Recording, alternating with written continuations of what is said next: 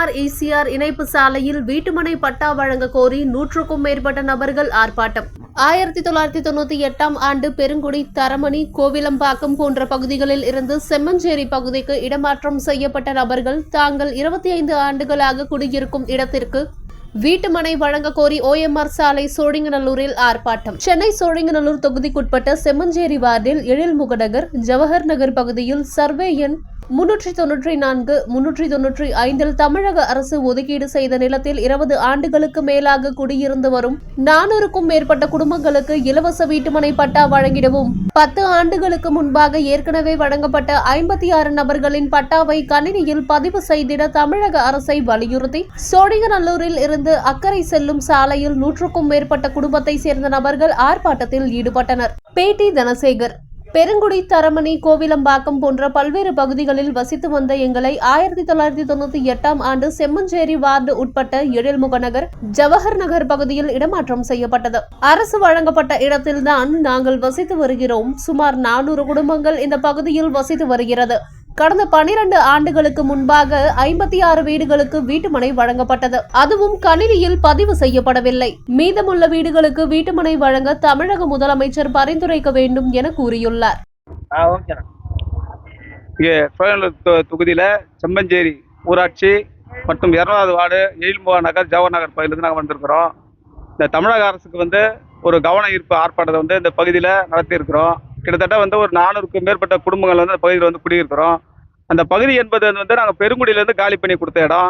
மற்றும் தரமணி, கோவிலம்பாக்கம் மற்றும் பல ஊர்ல இருந்து எங்கெங்கெல்லாம் காலி பண்ணுறாங்களோ எல்லாரையும் அங்கே போடுவாங்க. அது போட்டு 25 வருஷத்துக்கு மேலே அங்கே குடியிருக்கிறோம். அதில் 56 பேருக்கு கவர்மெண்ட் முன்னாடி இருந்த அரசு 10 வருஷம் முன்னாடி பட்டா கொடுத்துட்டாங்க.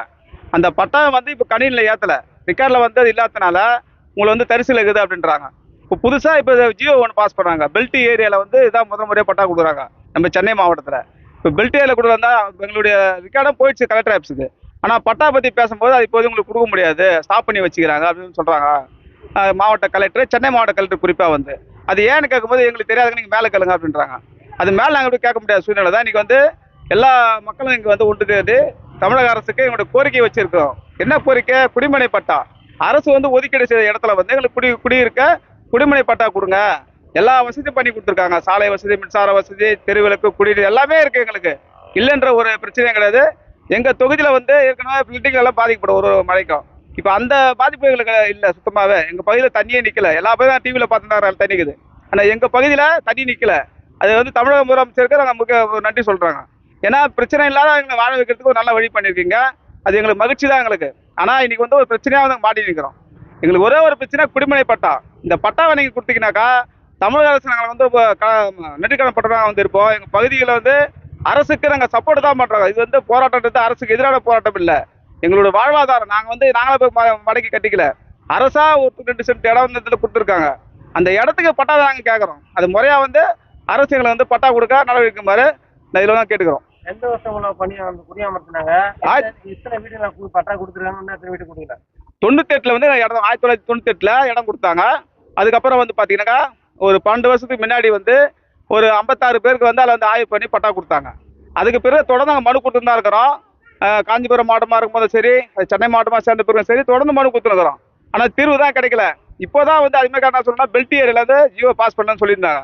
இப்போ தமிழக முதலமைச்சர் பெல்ட் ஏரியாவுக்கும் பட்டா கொடுக்குறான்னு சொல்லிட்டு ஜியோ 1 பாஸ் பண்ணியிருக்காரு. அப்போ பண்ண பிறகு நல்லா மகிழ்ச்சியாக இருந்தால் நமக்கு பட்டா வந்துடும் அப்படின்ட்டு. கணக்கெடுப்பும் பண்ணியாச்சு, எல்லாமே ரெடி பண்ணியாச்சு. ஆனால் பட்டா மட்டும் இப்போ கொடுக்க முடியாதுன்றாங்க. அது என்ன காரணன்றது தான் எங்களுக்கு தெரியல. ஏன்னா அரசு ஒதுக்கீடு செய்த இடம் நாங்களும் ஆக்கிரமிப்பாளர் அல்ல. அரசு கொடுத்த இடத்துல எங்களுக்கு பட்டா கேட்குறோம். அவ்வளோதான். உங்கள் பேர் என்ன? தனசேகர்.